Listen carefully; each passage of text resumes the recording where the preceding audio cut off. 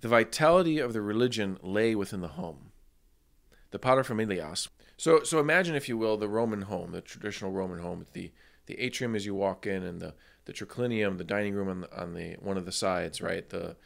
You walk through the atrium, you get to the kitchen and the pantry and all that.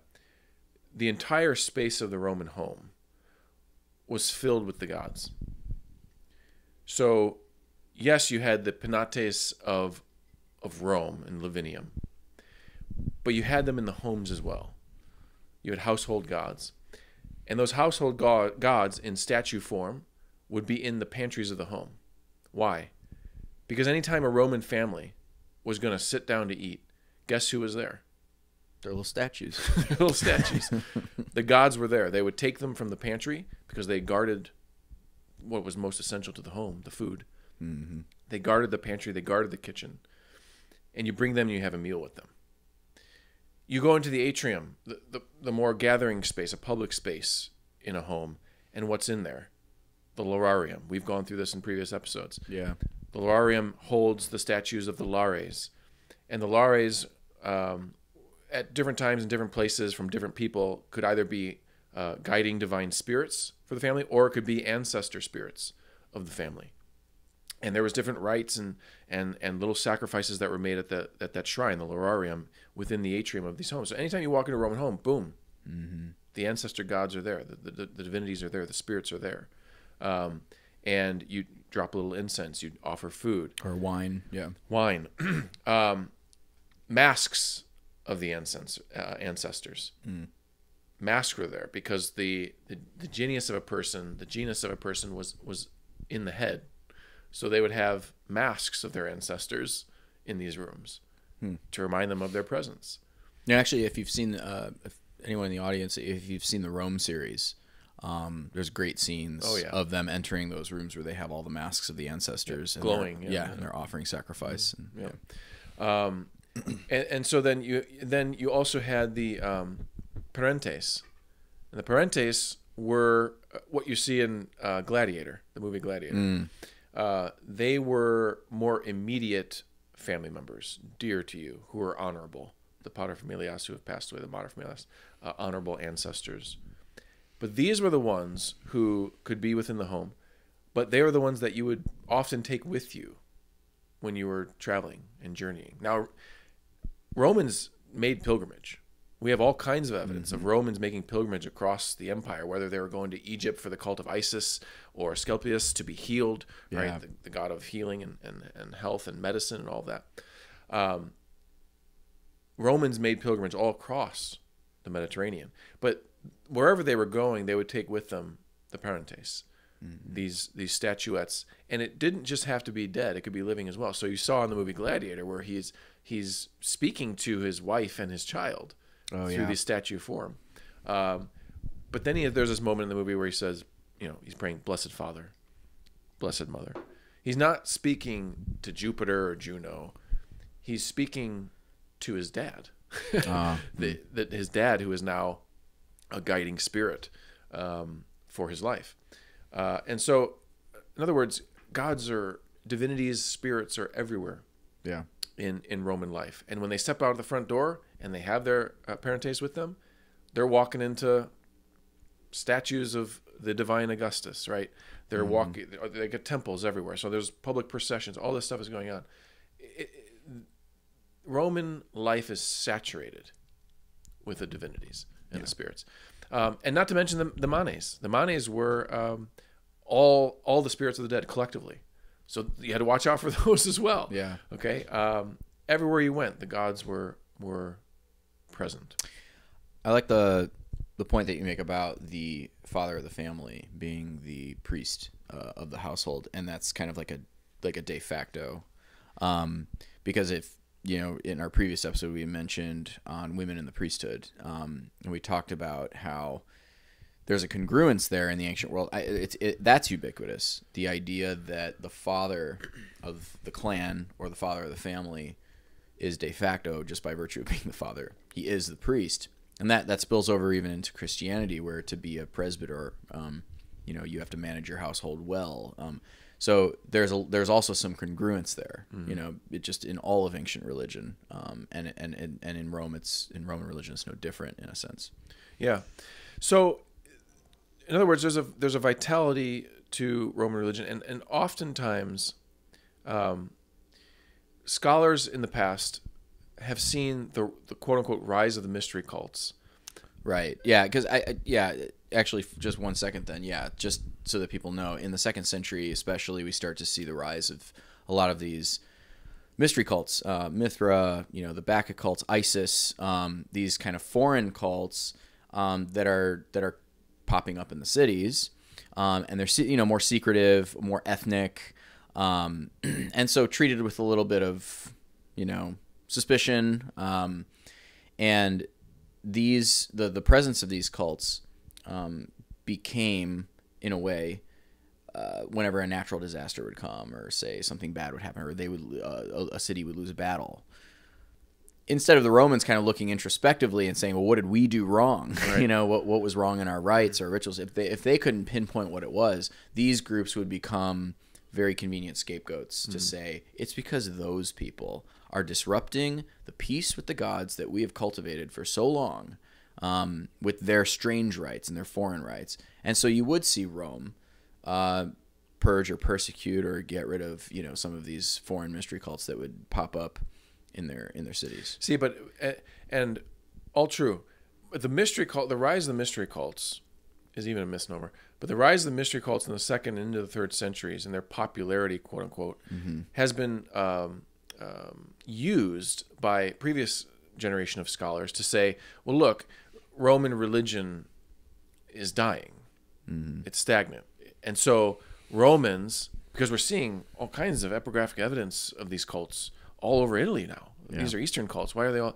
So the assumption was that these cults were either proselytizing and actively evangelizing, and Romans were converting to these cults. There's a couple problems with that, right? If you look closer at the evidence, and Ramsay MacMullen is the great scholar to look at this. He's got a number of great works. He is probably the best historian when you're trying to understand the intersection between paganism and Christianity, the rise of Christianity. A number of books. He has Paganism in the Empire. Paganism in the Roman Empire, yeah. He has Christianization of the Roman Empire. Yeah. Even paganism in late antiquity, I think from like the 4th to 8th century. So he looks at paganism's the life of paganism through the Christian, starting into the Christian era and all that. Anywho, Ramsay MacMullen challenges that, and he says, well, if you look closely at the evidence, right, you look at the epigraphic evidence, for example, the mystery cults are still very much tied to ethnic groups. The names of the folks on the stone are Eastern names. Right. Okay, in Italy, but they're Eastern names. So what he says is, we don't actually have great evidence of active evangelism, proselytization, or any of that. Yeah, right. He says what we really have going on is the migration of peoples. Of course, in the 2nd and 3rd centuries, what's happening? The empire is expanding, and it's expanding all the way to the Far East. Under Trajan, it reaches its greatest expanse, right, all the way to the Euphrates and the Tigris rivers. What happens when the Romans conquer the Jews? 90,000 of them are sent back to Rome to be slaves, to build the Colosseum.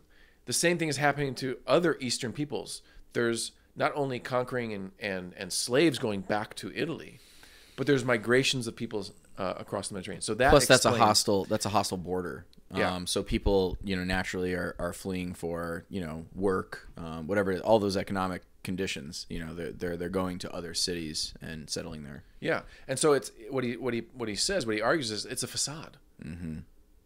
Paganism wasn't dying. It's just the movement of peoples, and we see these cults showing up in places we're not used to them showing up, but they're still, for the most part, within ethnic groups in different areas. So that's the proselytization thesis that is kind of questioned by MacMullen. But then what about the second thing where they're saying like, well, Romans in a way are bored with their bored with their religion. Their religion had become dead or dull or didn't speak to them anymore. Therefore, they start to look to these religions that promise a pie in the sky. They promise like an afterlife or something like that. Yeah. So, and that's a fair challenge. The answer is that the afterlife in, let's say, the cult of Mithra or the cult of Isis is just as ambiguous as it is in traditional Roman paganism. Mm-hmm. And what somebody like Ramsey McMullen would point out is that the rites and the prayers and the asks that are coming out of those mystery cults are the same kind of rites and prayers that Romans themselves have always been asking. So what he's really posing, and I think he wins on, is what's so different about these mystery cults than traditional Roman religion? They're singing hymns and dancing and praising. They're sacrificing animals to the gods to appease a certain god. In the cult of Isis, they're not even excluding other gods. Yeah. So what's all that different? There's even a sense of like augurism is going on as well, like so, reading entrails. Exactly. So what he said, and he has this line, and I love this line. He says, so in other words, what you're saying to us is Roman religion is changing and evolving. Well, change is a sign of vitality. Yeah. If something is changing and developing and moving, and it's alive. Yeah. Something that can adapt. Yeah. And that's what Rome was. Rome was a flexible religion, as we have said. Yeah. So, that comes to, well, what did traditional Romans then pray about and believe about, right? So we mentioned the top thing that Romans prayed about for the gods was things that concentrated in this life: health, well-being, prosperity, fortune, yeah. all those things. That's number one on the list across the board. So the Romans are trying to be satiated here. Yeah. Because we're not so sure about what comes after. Yeah. The Romans had a humility about the afterlife. Okay, the Elysian fields, or there's an underworld, or they use the word afterlife. We're passing through to something else. Well, and the philosophers had kind of like not unlike what we would see in like Eastern religions today, but this idea that you go back into the one, or you're absorbed back into the one, or right. Something like that. Christ sums up all things into the Father, or something like that. Yeah. But in philosophical terms, but the question to that, of course, is, well, what is assumed into the one? Mm-hmm. So okay, the soul, but how much of that soul is me? So, in other words, the Christians are saying you will come into the kingdom of heaven. Yeah. You as you, right? Me, my character, my personality. The survival of this bit of consciousness that is you. It perpetuates. Plus a body. The Romans are, holy moly, what are you talking about, dude? How can you? That is crazy to them. Not only are you sure that you are going to be in the kingdom, you're saying that your body, your flesh, you're gonna. There's a resurrected body. Absurd to the Romans. In a sense, the Romans were humble about the afterlife because they were an empirical religion, as we said. Mm-hmm. They couldn't know about the afterlife because they haven't seen anything from the gods about it. Right. Again, this is about orthopraxy. It's about the rites and the rituals and appeasing the gods. And it's not a religion of revelation. Mm-hmm. Okay? There is no belief system per se. Okay?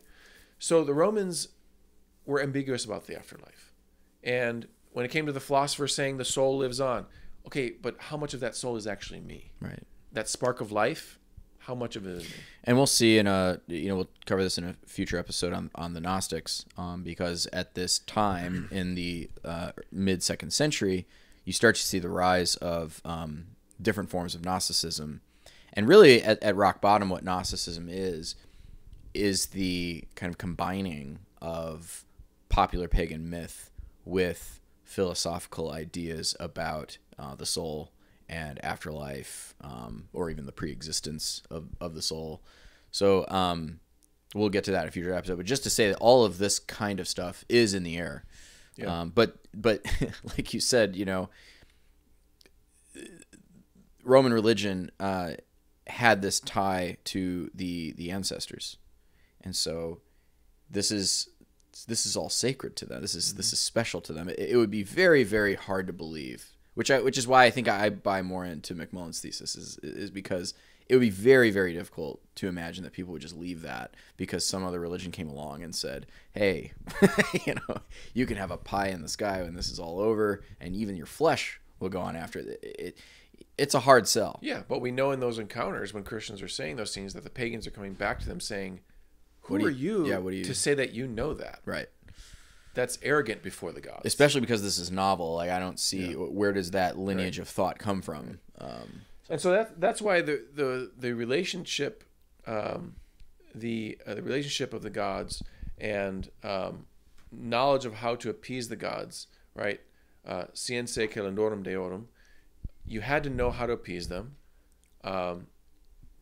in order to have fortune, prosperity, all those things. And that's why the relationship in Rome, maybe we look at it as callous, but it worked clearly because the empire is doing well. But it's that do ut des mentality, right?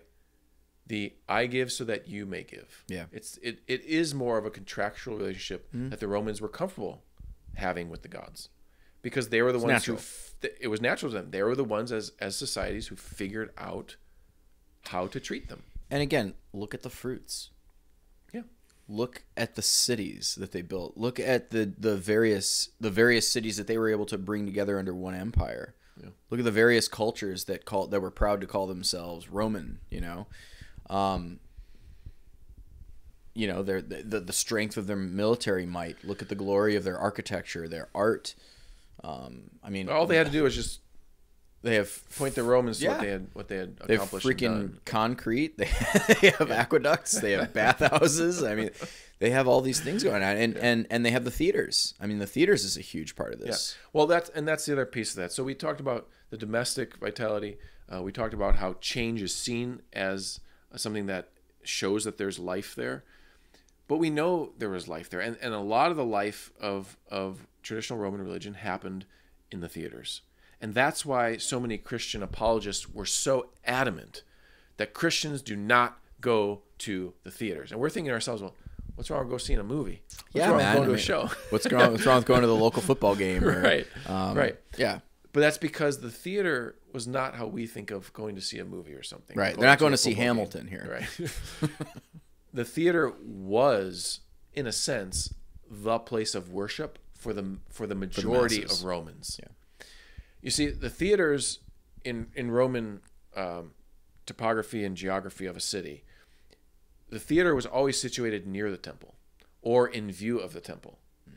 And anything that went on in that theater was for the appeasement of the gods. Romans will say that, the gods are appeased by music and dancing and us telling stories about them. The gods love that because we're honoring them. We're honoring their memory among us. And so for the majority of Romans, going to the theater was their way of appeasing the gods, being part of the public cult of the city of Rome and throughout the empire. And one thing to keep in mind to put this into context is even the arena.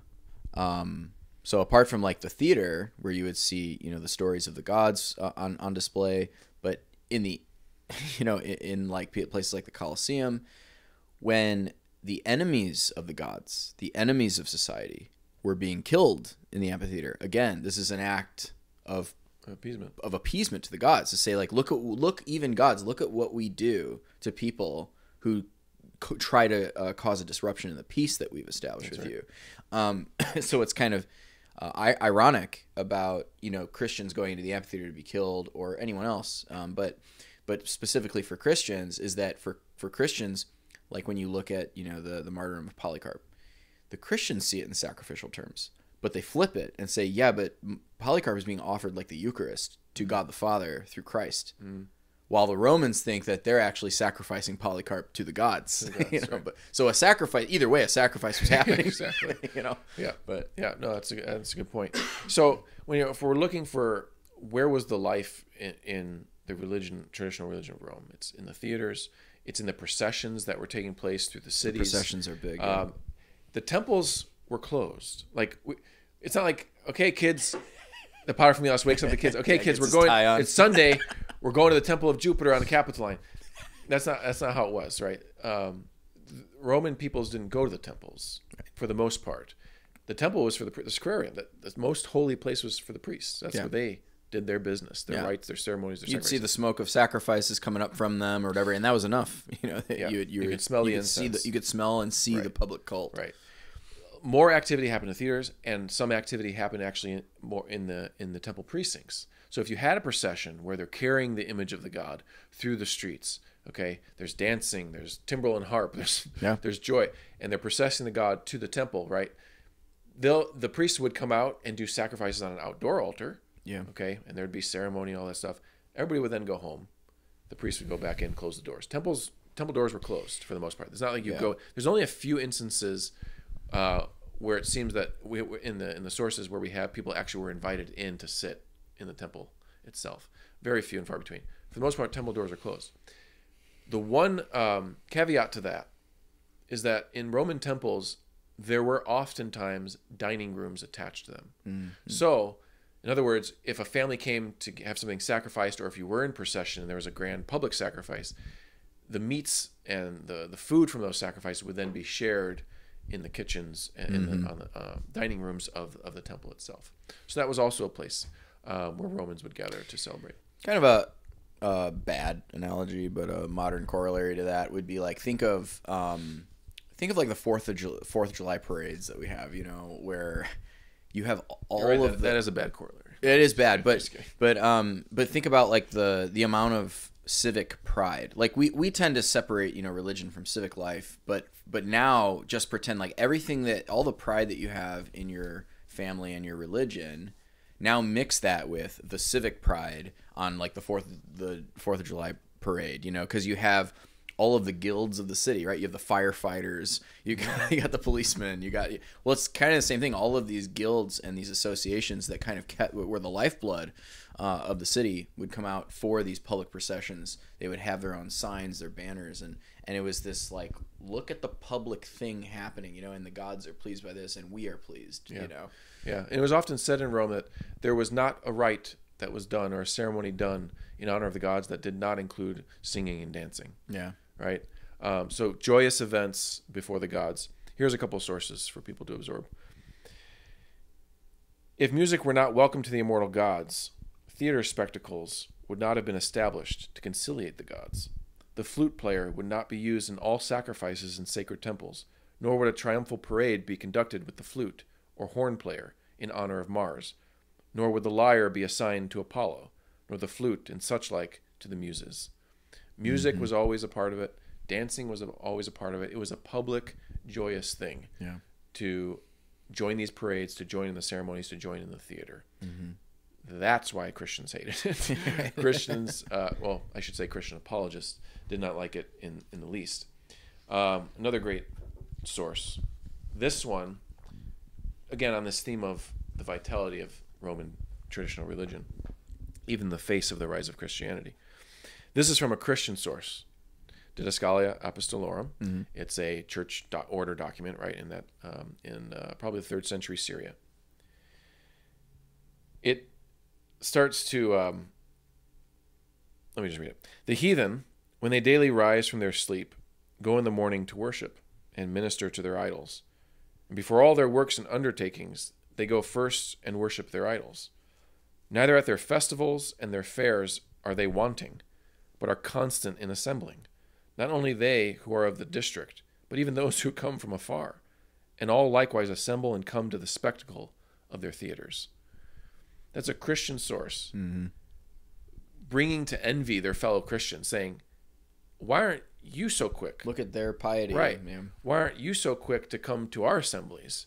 When the pagans, they're coming from afar. They're coming from 45 minutes away, okay, to drive to come to these traditional rites, and you're not even doing it. Yeah.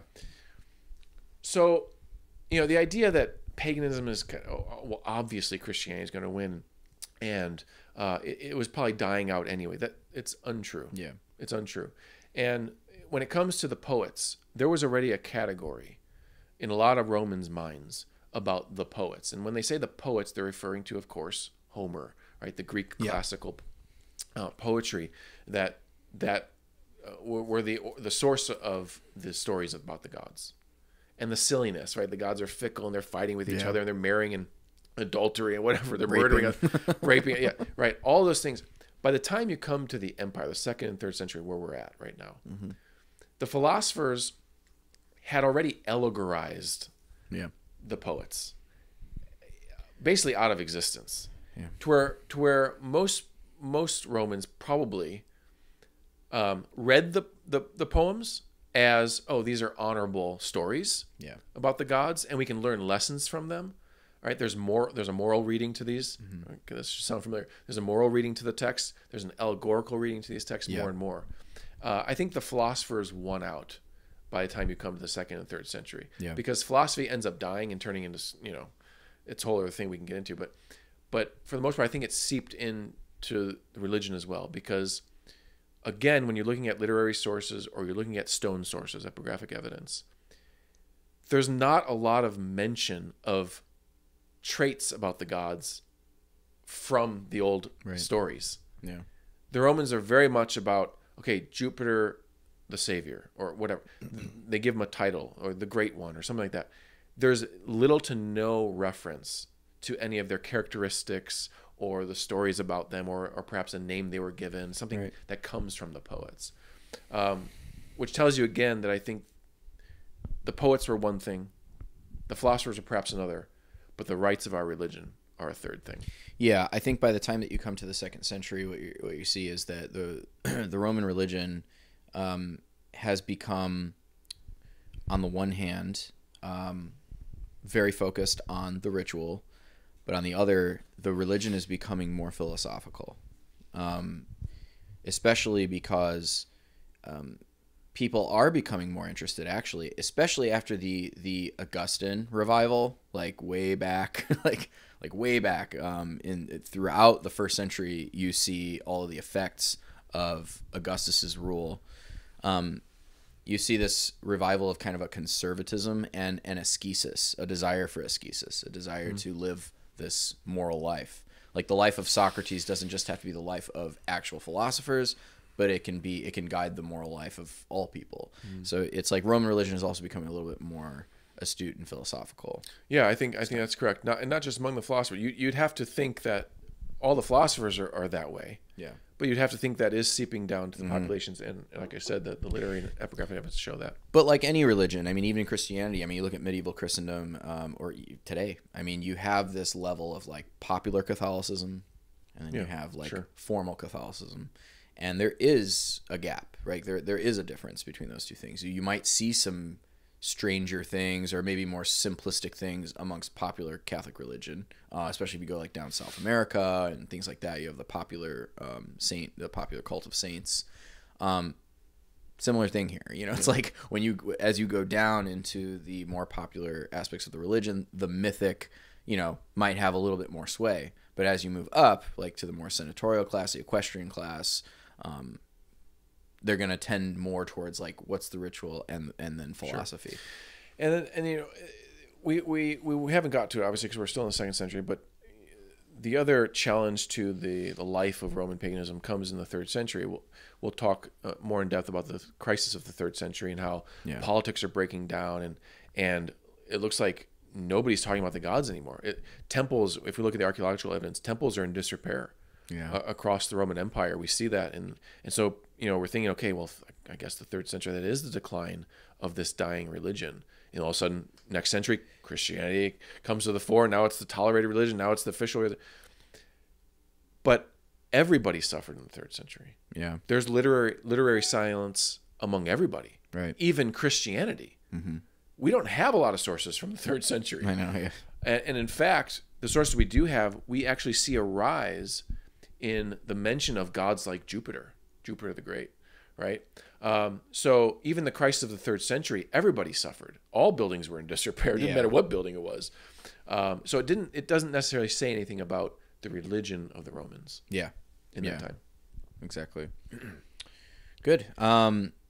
So yeah, moving from that, then I mean, I think that does a good job of kind of painting the picture of what Roman religion looked like from both the upper classes and the lower classes. The lower classes is very much focused on, the home, upper classes might have been a little bit more interested in what's going on in like the temples, because a lot of these people are also serving as priests. But all of that just to say, Roman religion was beautiful. It was like it had this beauty to it. It had this grandeur to it. Grandeur. It had a rationality to it. Yeah. It has it has a theology to it. And the Romans thought it was the most astute thing. So when you come to Christianity and you believe in something and you stick to it without knowing, like the idea of faith, doses of faith, the Romans couldn't get up with that. Right. And we see that as we come into the 2nd century with three major authors. So there's a lot of authors. I mean, Minucius Felix and all that, but I want to focus on Pliny, because he's in the beginning of the 2nd century. And then we'll do Galen, however you want to pronounce it. And then we'll kind of round it out with Celsus, but with some other quotes sprinkled in between. Let's go too. through these three, and then at the end, I would like to read one source to end it. Sure. So after the New Testament, the first mention of Christianity that we have from pagan sources is Pliny, and this is Pliny the Younger. So he is the adopted son of Pliny the Elder, who had actually he died in the Mount Vesuvius eruption in Pompeii. So what he did was he actually gathered some boats together to go out there and try to save people. And there's discrepancy as to how he died or whatever, but it's said that he actually breathed in too much of the ash and whatever, and so he died. So he was a famous person of great repute, and so Pliny the Younger was not only proud to take his name, but also to use that name to make a name for himself. And so he, from a very early age, studied, and he had studied rhetoric under Quintilian, and Quintilian was one of the great rhetoricians of his era. So he's got a great resume, and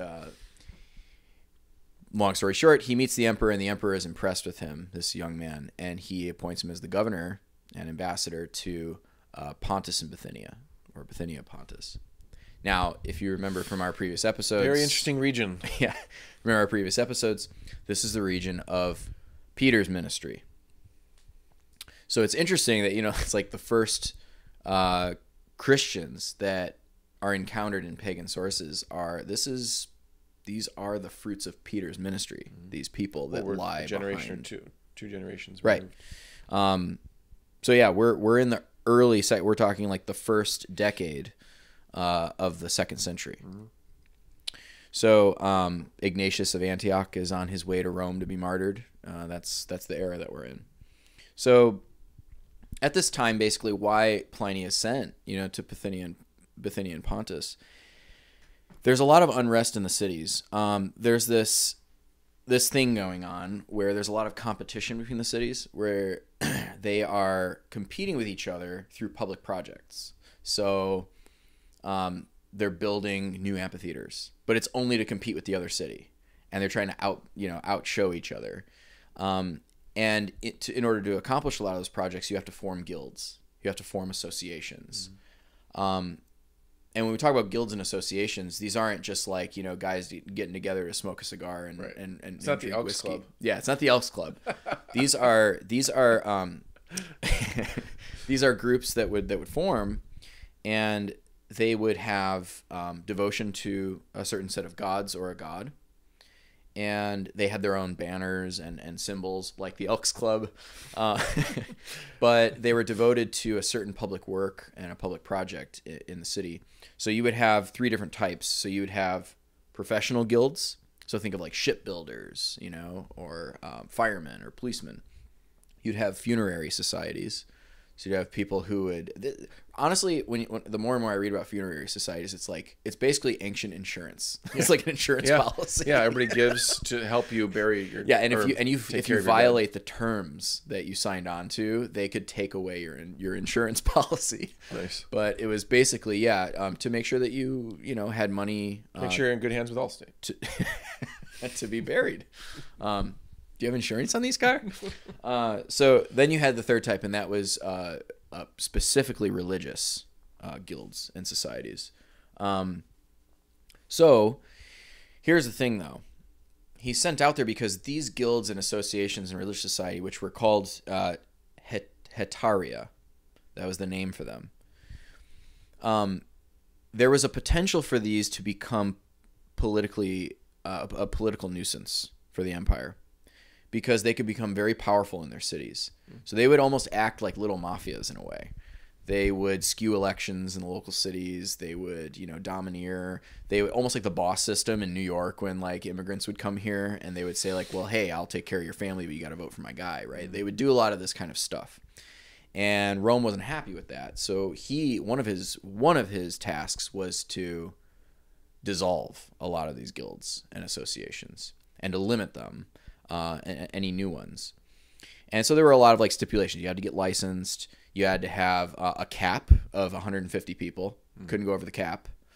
You had to obviously be a part of the public events and show that you are a part of the public thing and you're not, secretive or any of that kind of stuff. So he goes out there, and there's this interesting moment where a city catches on fire, and Pliny's like, I feel like we need to form a fireman's guild, like, because, we had nobody to take care of this fire. And so he writes a letter to Trajan and he says, can we form a fire association? Especially in the insulae. Yeah, exactly. So Trajan writes back and he says no. And he says, but I'll tell you what, I'll fund equipment for the city to take care of it. So whenever there's a fire, you'll have all the equipment you need, and you can pass it out to all the citizens, and the citizens can take care of it. So you could see that, like, that's the posture. That's the posture that Trajan has towards these associations. So Pliny, even when he's requesting it, he has to tread lightly. So this is a sensitive topic. So that's kind of the context for what Pliny's going to encounter. So Pliny eventually is confronted with complaints against Christians. Now, he was charged to go out there and to not only take care of these guilds and stuff, but also to hear existing cases that had not been heard yet, right? And that's pretty typical of a governor when he comes through the area, that he's going to hear cases. Well, more and more as he's traveling to cities, he's hearing cases against Christians.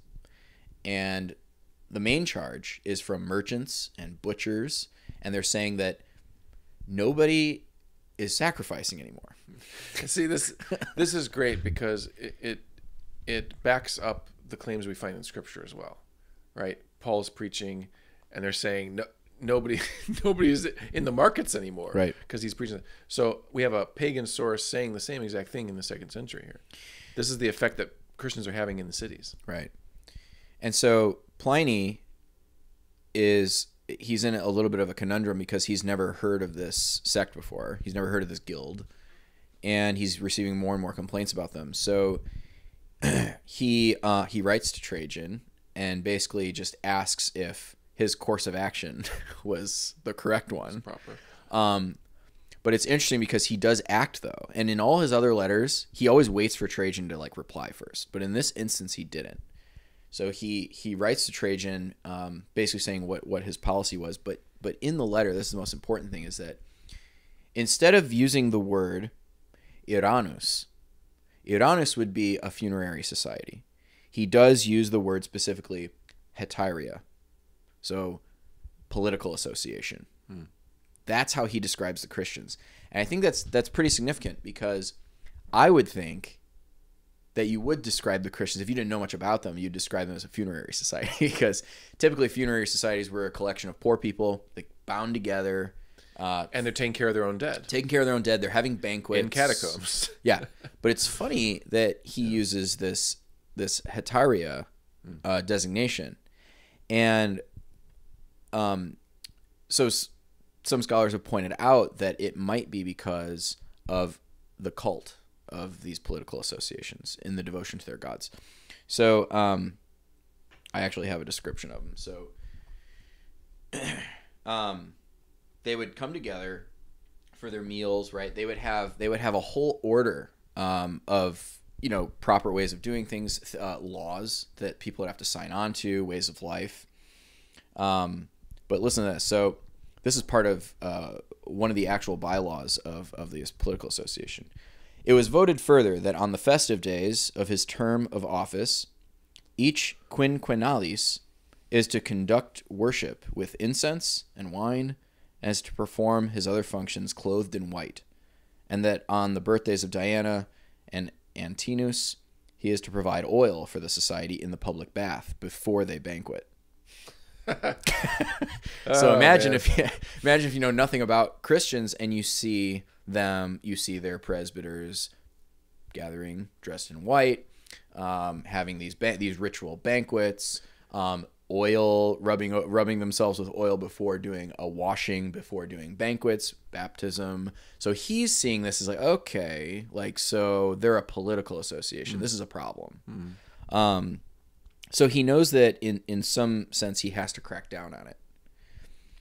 So what he does is, instead of doing the normal trial where you have multiple like judges and a whole process, he actually takes advantage of something called cognitio extra ordinem. So this is a type of trial where they just come straight before the governor. Mm-hmm. The governor hears the case and decides it himself. Mm-hmm. Okay. So when they come before him, what he's struck by is the fact that he finds that their rituals are benign.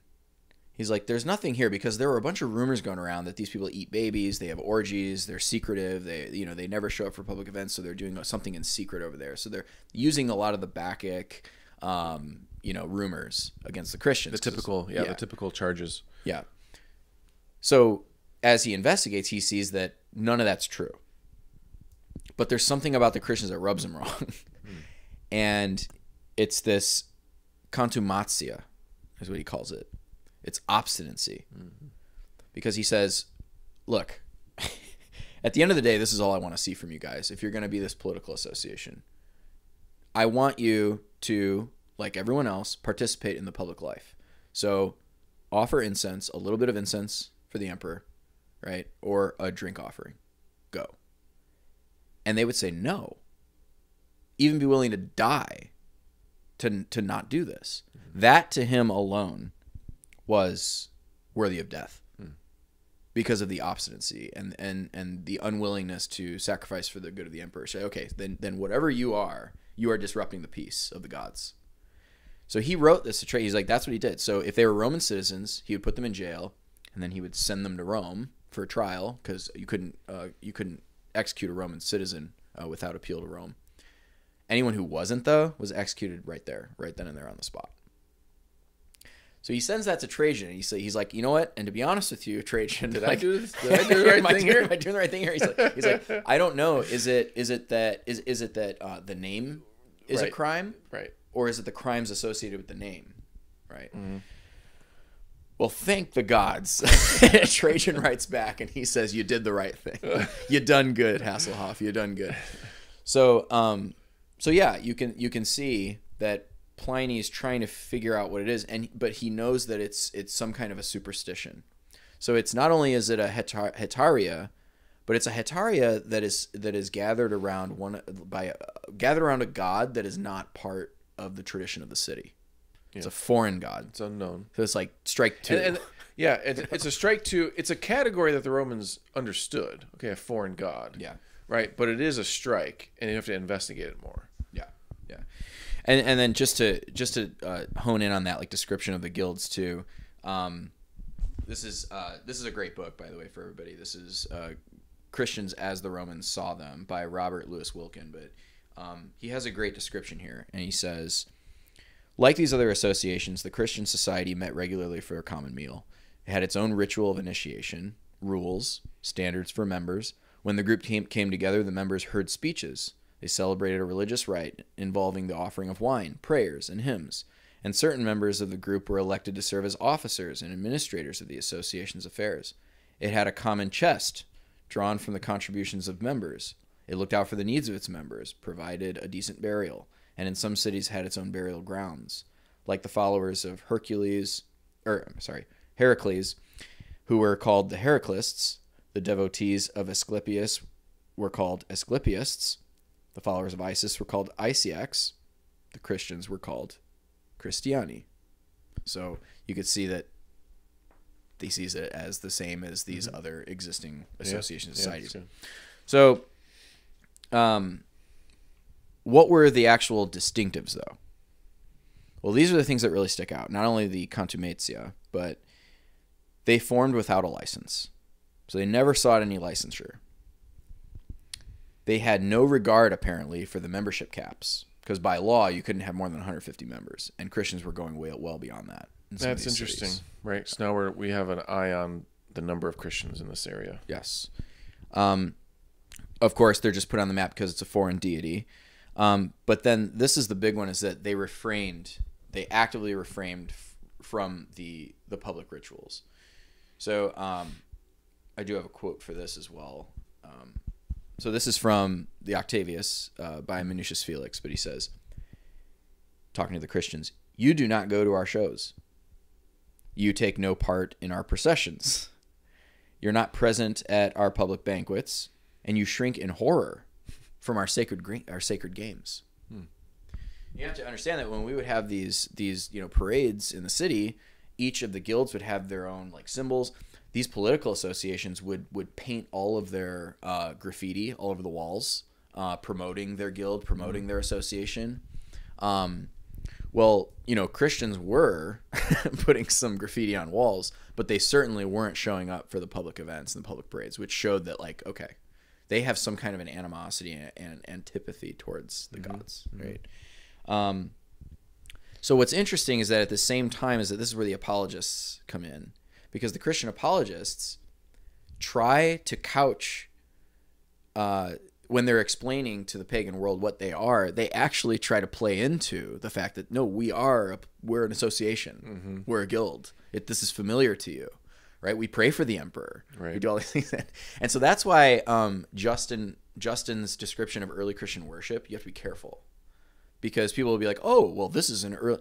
okay, when you come to the liturgical movement, the 20th century, you're like, well, look at how simple Christian liturgy was. Looking at what Justin Martyr does, Protestants will use that too, and see, it was simple. They come together, they have a meal, there's some prayers. So why don't you follow it? No. Right, yeah. Sorry, Protestants.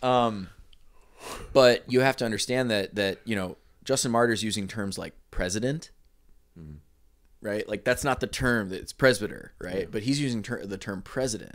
That's very strange. Well, no, because that's the term that was used for the heads of associations and guilds. You have to remember that Justin Martyr's writing to a pagan audience, and he's explaining to them that, no, our he's trying to appeal to them, yeah. Right, yeah. Exactly. We're not all that different.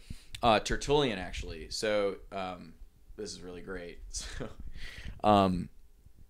So in Tertullian's Apology, this is getting into the early 3rd century, but still, it's 197 or something. He writes the Apology. So it's... he calls the Christian community Factio Christiana, Christian party, right? He calls it a corpus, which is the name for an association. Secta Dei, or sect, or school of God. Cotio Christianorum, a meeting of Christians. Curia, or council or senate. So Tertullian's using all these familiar terms. What he should be using, right, is, ecclesia. Right? But he even talks about the offerings of Christians. Instead of offerings, he's saying arca, which is the chest, honoraria, gifts, steeps, contribution. So he's shunning from these kind of more familiar terms that the fathers would use later, but also that the Bible uses to talk about the Christians. Yeah, he's Latinizing for the Romans' sake. Right. Some of the Greek. Yeah, exactly. So he's even when he talks about burial, he uses the language of associations to talk about how they bury their dead. So it's not that the Roman apologists are becoming more Roman or something. It's just that they're trying to give a more benign presentation of what they're up to. Right. Now I want people to be cognizant of this, because this is the kind of language then that will also be included in the Christian cult going down the road. So you have Protestants talk about the Constantinian Revolution. The only reason that they talk about the Constantinian revolution of the 4th century is because they missed all the little steps along the way, that were pragmatic and practical and obvious that they had to take, right, to present themselves in a certain way. That doesn't mean that they weren't cultic, that they weren't priests in the congregation or any of that kind of stuff, because they're trying to find the most familiar terms to Romans to describe what they're doing in their Hebraic cult. Yeah, absolutely. So anyways, that's what we see. But the big thing to take away from the Pliny incident is that Pliny's policy, which was novel, there was never a time when any group was put to the test like this to say, look, offer some incense or some wine for the emperor, and then we'll see. That was never done. No. The offering of incense and wine was typically reserved for like the commemoration of special like memorial events, or like, there was a big battle and Rome won, right? Well, then let's make offerings to the gods. And, meat was expensive, so people would offer wine or grain, or incense. It was easier to do that. So that's what he's doing. He's like, that wasn't practiced, but it does set a precedent. It enshrines in Roman law a legal precedent for dealing with Christians. So in this very seemingly obscure event between Pliny and Trajan happening in Pontus, Bithynia, just keep this in mind for our audience, that this is going to determine how Rome deals with Christians for the next 2.5 centuries. So yeah, this is a very momentous moment. Pliny wasn't, well, you kind of, but Pliny was a statesman, and he was a statesman from Rome. He knew the imperial family, right. So he was an important figure, and so whatever he did legally out there would have been a precedent for the empire, and in fact, it ended up being that. Yeah, and of course, when you have the blessing of the emperor and saying, well, you've done well, right. that enshrines it in Roman legal code. Yep. All right, so that's Pliny, and that situates us in the kind of legal view of the early Christians and how to categorize them. But I want to move to Galen. So Galen's a little different because he's a physician. He studies philosophy very early in his life, and he studies, in fact, all the schools of philosophy that he possibly can. He's a very balanced and fair man. Mm-hmm, yeah. So, and for his date, so he's born in 130, 129, 130, dies in the year 216. So we're looking at mid to late 2nd century now. So if Pliny handles the first half, now we've got the second half Galen to deal with. So give it to us. All right, Galen, what do you got? Is it Galen or Galen? You tell us. All right, buddy. All right, so he describes Christianity as a bios, which is a life. Mm-hmm. Okay, and we'll get into what that means. So he studies all the philosophical schools. He was very much against commitment. So studying philosophy was not so that you would hone yourself into a school.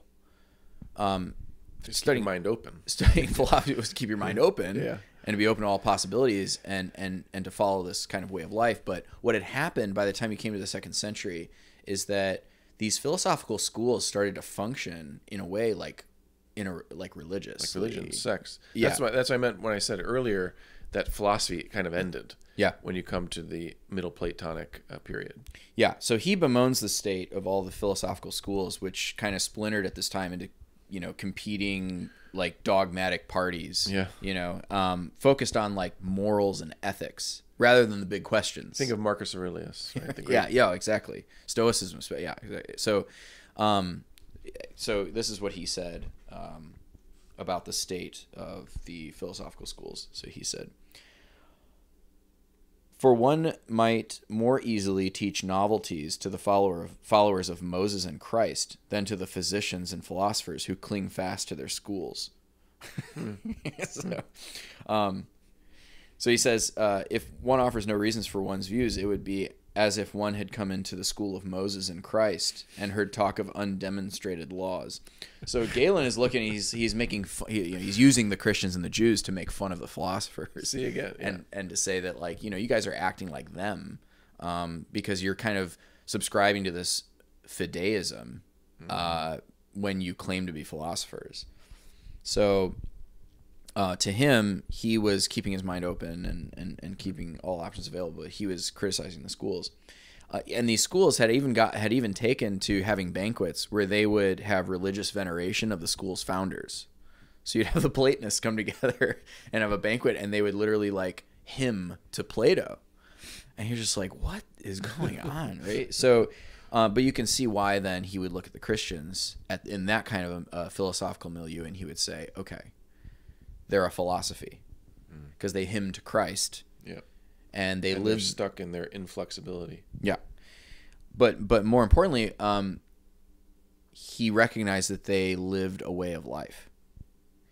And he speaks very plainly about this. Like he says that they live the life of philosophers, these Christians. They hold themselves aloof from, from the highest to the lowest. Yeah. Right. Yeah. They're able to stir into even the common man, like the philosopher's life.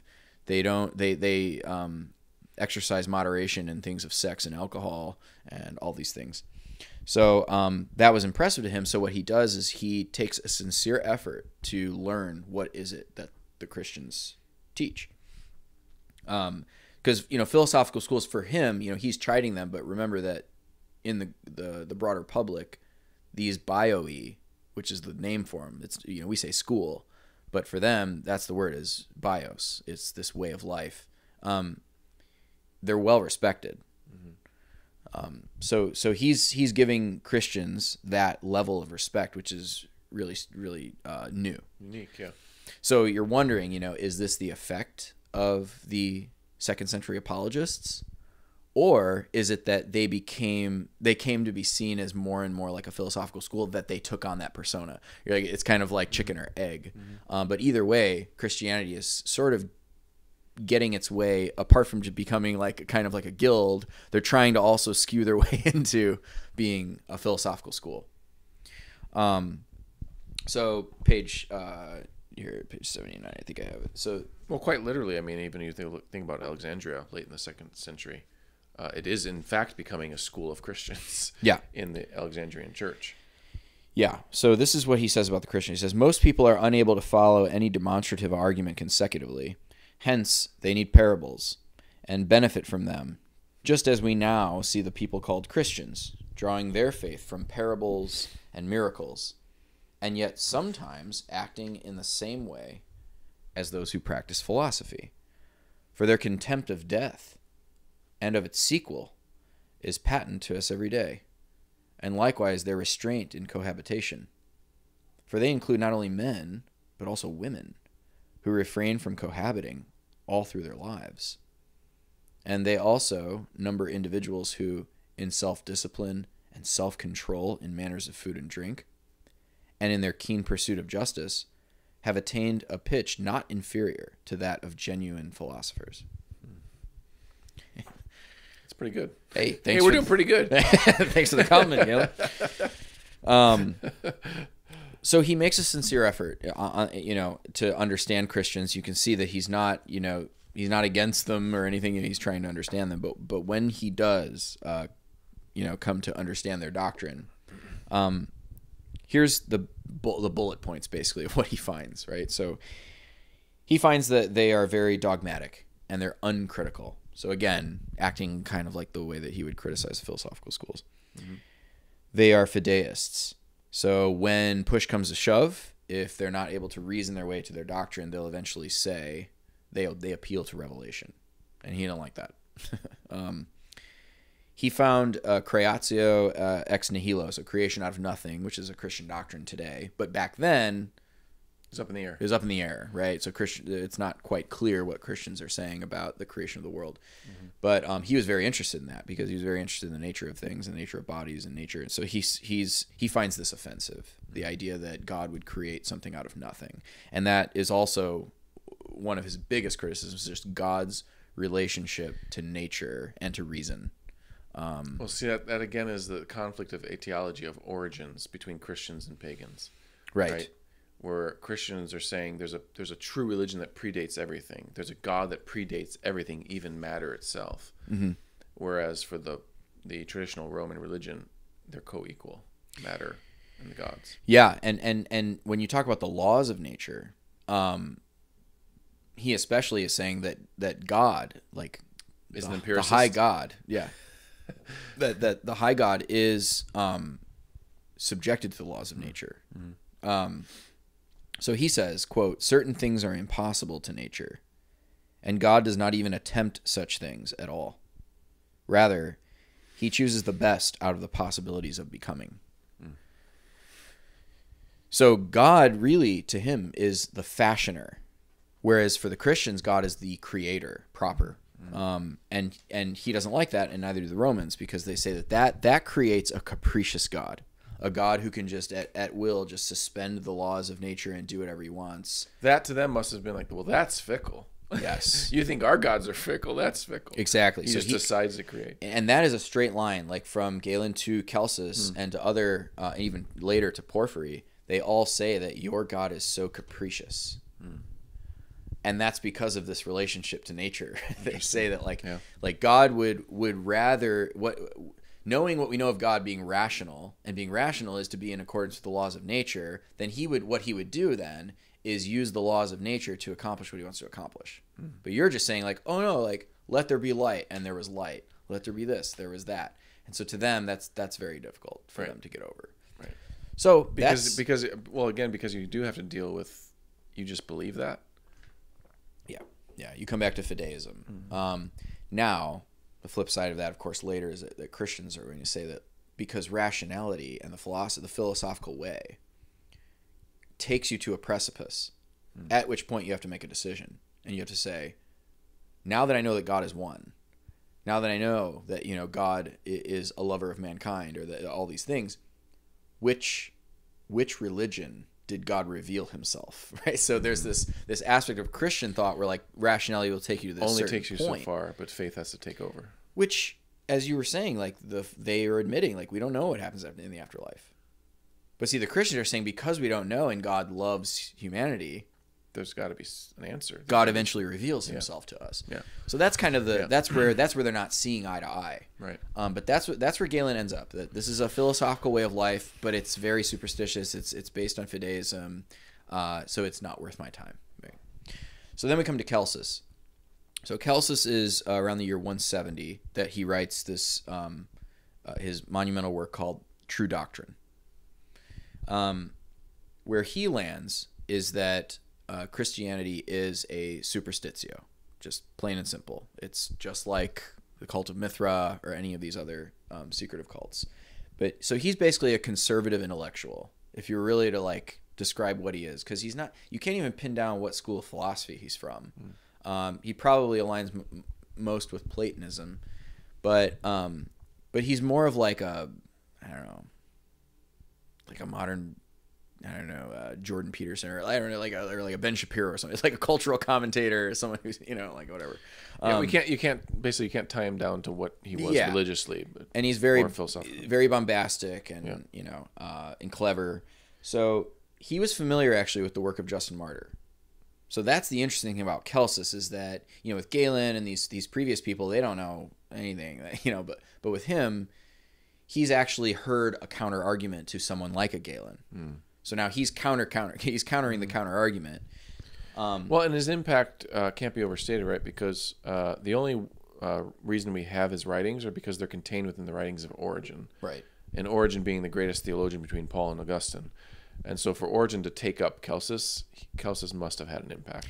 I mean, Origen takes him up like line by line. Yeah. I mean, he responds to each one of the arguments that he can possibly, the strongest of his arguments. So that Celsus had quite an impact and was a force to be reckoned with. So Celsus writes this True Doctrine, and it truly is a comprehensive, well-reasoned, and well-informed argument against Christianity. He knows the Gospels. Right, exactly. I was going to say it. So I think for the first time when you come to Celsus, clearly now there are Romans who are educating themselves on the Scriptures. Yeah. They're looking back at it. They know the Old Testament. A lot of philosophers already knew the Old Testament and Moses and that whole connection between Moses and maybe Plato.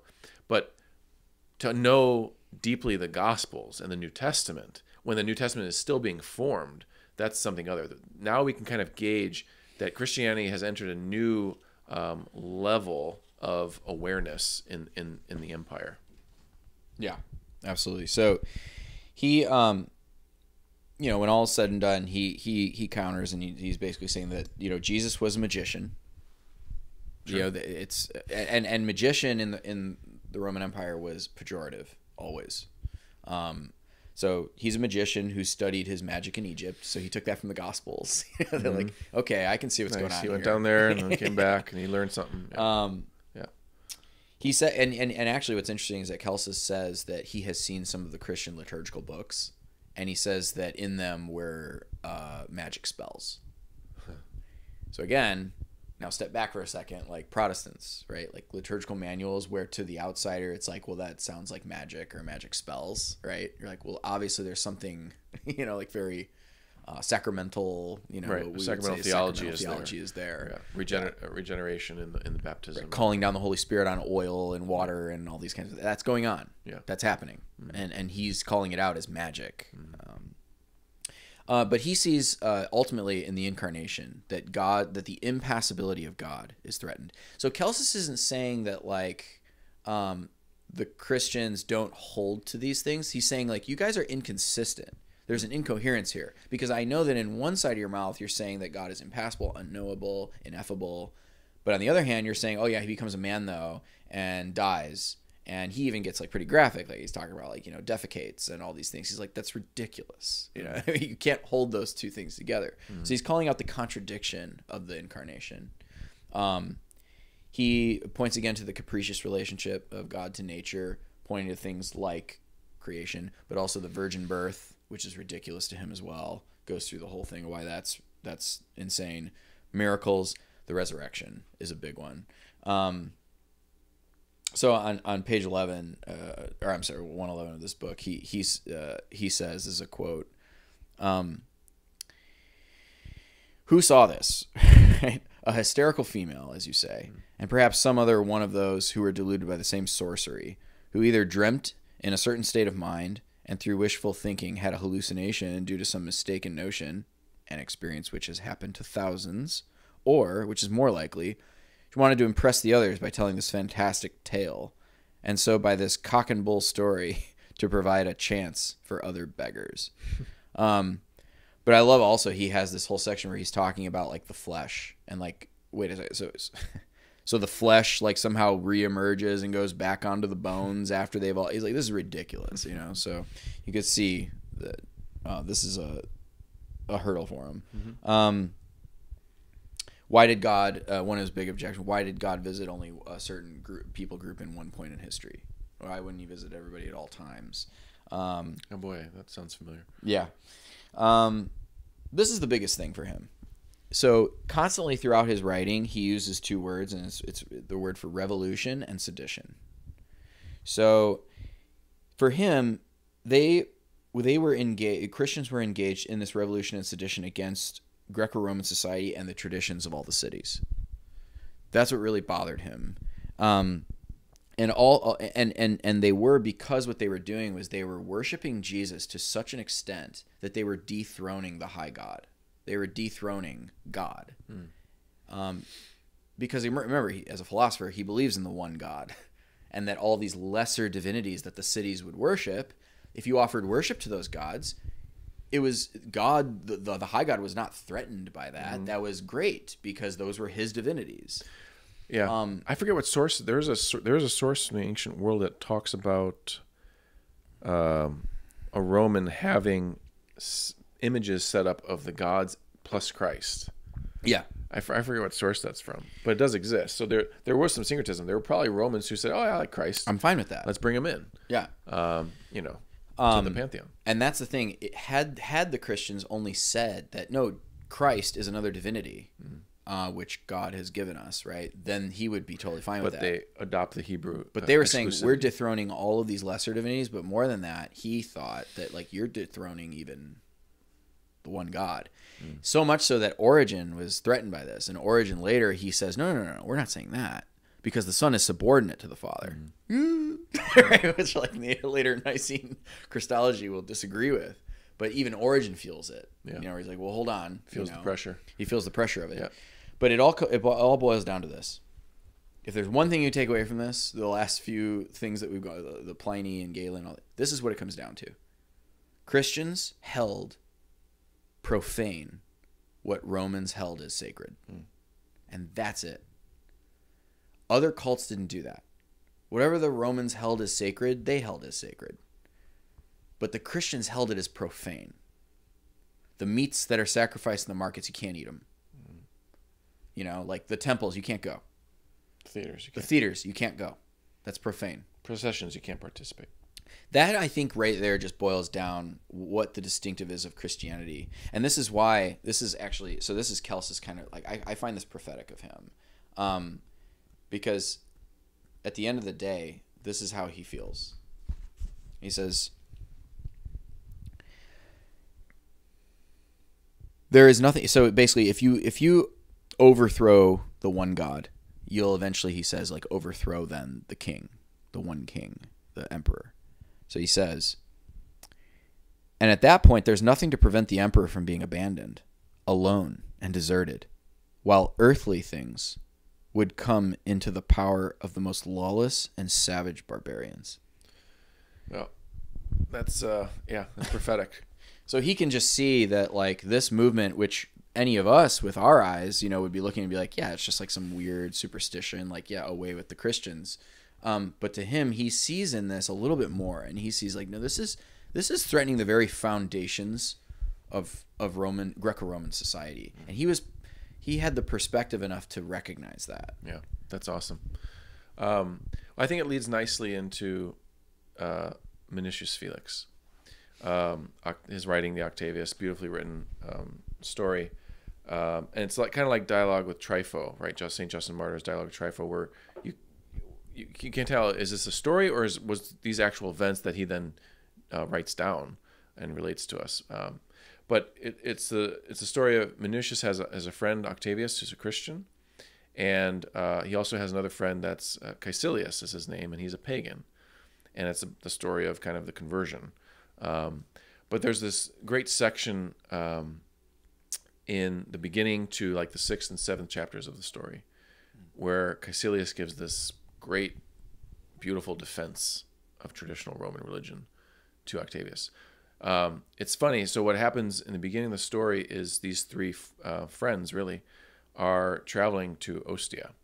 And as they're just casually walking, just having a good time, whatever, Caecilius, the pagan, he stops, puts his hand to the mouth, and then touches the image of Serapis. So he's kissing the image of Serapis, just walks by, right? Thinking nothing of it. Like, that's what I do. Mm-hmm. Okay. Immediately, Octavius, who's the Christian, ridicules him and says he's ignorant and all that stuff goes into it. And then it turns into this scene where they're all together at a beach, and they're just skipping shell, like watching kids skip shells across, and it talks about how whoever skips the furthest and the highest, right? That's who wins the game or whatever. So they're just at the beach.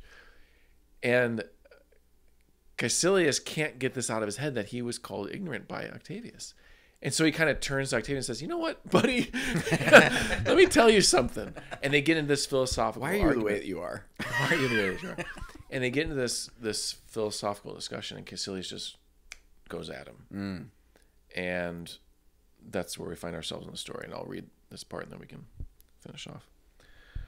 So Caecilius says to Octavius, the Christian, accordingly, if you sit in judgment on me as a person who is new and as one ignorant of either side, there is no difficulty in making plain that all things in human affairs are doubtful, uncertain, and unsettled, and that all things are rather probable rather than true.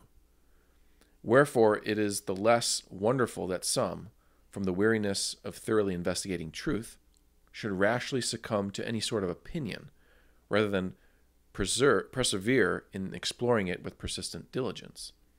And thus all men must be indignant, all men must feel pain, that certain persons, and these unskilled in learning, strangers to literature, without knowledge even of sordid arts, should dare to determine on any certainty concerning the nature at large, and the divine majesty, of which so many multitudes of sects in all ages still doubt, and philosophy itself still deliberates all this time. But if the world were governed by divine providence, and by the authority of any one deity, Phalaris and Dionysius would never have deserved to reign, Rutilius and Camillus would never have merited banishment, Socrates would never have merited poison. Behold the fruit-bearing trees. Behold the harvest already white. The vintage, already dropping, is destroyed by the rain, is beaten down by the hail. Thus, either an uncertain truth is hidden from us and kept back, or, which is rather to be believed, in these various and wayward chances, fortune, unrestrained by laws, is ruling over us. So right now he's challenging, you think things are probable, but you're claiming to know everything. You're claiming to know the truth. How arrogant. Even arrogant over all of these sects, over all these centuries, who have deliberated over these things. Again, the empiricism of Roman religion. Yeah. The rationality of Roman religion. And he's saying to them, he's challenging the Christian Octavius, he's saying, if everything was governed by one God, why would all these injustices be in place? Yeah, so it's basically the problem of evil. Yeah. Then he goes on. Since then, either fortune is certain or nature is uncertain, how much more reverential, better it is, as the high priests of truth, to receive the teaching of your ancestors, to cultivate the religions handed down to you, to adore the gods whom you were first trained by your parents to fear rather than to know with familiarity, not to assert an opinion concerning the deities, but to believe your forefathers, who, while the age was still entrained in the birth times of the world itself, deserved to have gods either propitious to them or as their kings. Thence, therefore, we see through all empires and provinces and cities that each people has its national rites of worship and adores its local gods, as the Eleusinians worship Ceres, the Phrygians Mater, Epidaurians Asclepius, the Chaldeans Belus, the Syrians Astarte, the Taurians Diana, the Gauls Mercurius, the Romans all divinities. Thus their power, the Romans, and authority has occupied the circuit of the whole world. Thus it has propagated its empire beyond the paths of the sun and the bounds of the ocean itself, in that in their arms they practice a religious valor, in that they fortify their city with the religions of sacred rites, with chaste virgins, with many honors and the names of priests, in that, when besieged and taken, all but the capital alone, they worship the gods which, when angry, any other people would have despised. And through the lines of the Gauls, marveling at the audacity of their superstition, they moved unarmed with their weapons, but armed with the worship of their religion. While in the city of an enemy, when taken while still in the fury of victory, they venerate the conquered deities, while in all directions they seek for the gods of the strangers, and make them their own, while they build altars even to unknown divinities, and to the manes. Thus, in that they acknowledge the sacred institutions of all nations, they have also deserved their dominion. Hence the perpetual course of their veneration has continued, which is not weakened by the long lapse of time, but has increased, because antiquity has been accustomed to attribute to ceremonies and temples so much of sanctity as is ascribed of age.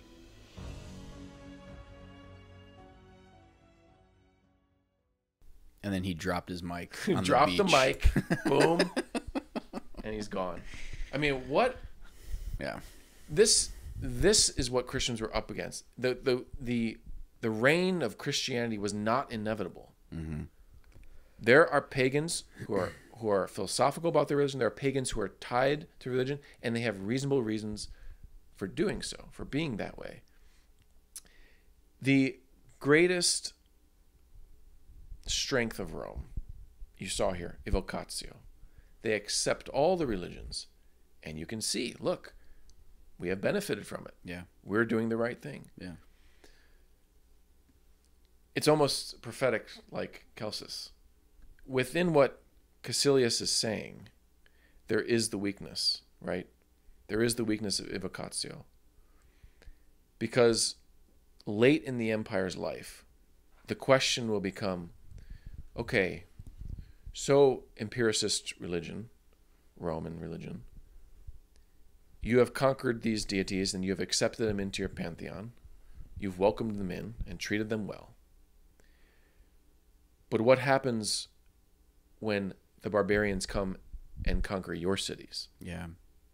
If your civic societies have rationally come up with the rites and rituals, what happens when those civic societies start to break down and experience great upheaval? Yeah. So we come full circle now, right? Christian religion was inflexible, was not flexible, but it was adaptable. Mm-hmm. Whereas Roman religion was flexible, but it couldn't adapt when great societal change came to hit it. Yeah. And we're talking about the philosophical onslaught of Christianity. We're talking about the barbarian invasions. We're talking about the wars they were having with the Far East and the Persians, eventually the Muslims. Mm-hmm. When civic society collapses and your civic society built your religion, what's going to happen to your religion? Yeah, the fatal flaw of Greco-Roman religion was that it tied itself to the success of the state. Mm-hmm. And at some point you have to say, well, then that's why they call it the eternal city. It's why they call it the eternal empire, because they were like, well, if it fails, then our whole system collapses. Yeah. Whereas with Christianity, the whole thing begins with a crucified God. Yeah. So it's like the cross becomes that guiding light in a way for later Christians like Augustine to make that distinction between the civic order and the city of God, right? The city of man and the city of God, that whatever is happening on the earth, empires rising, empires falling, whether they be Christian or pagan empires, doesn't matter, because ultimately this society that God has created, the church, is above all of it. And it preexisted.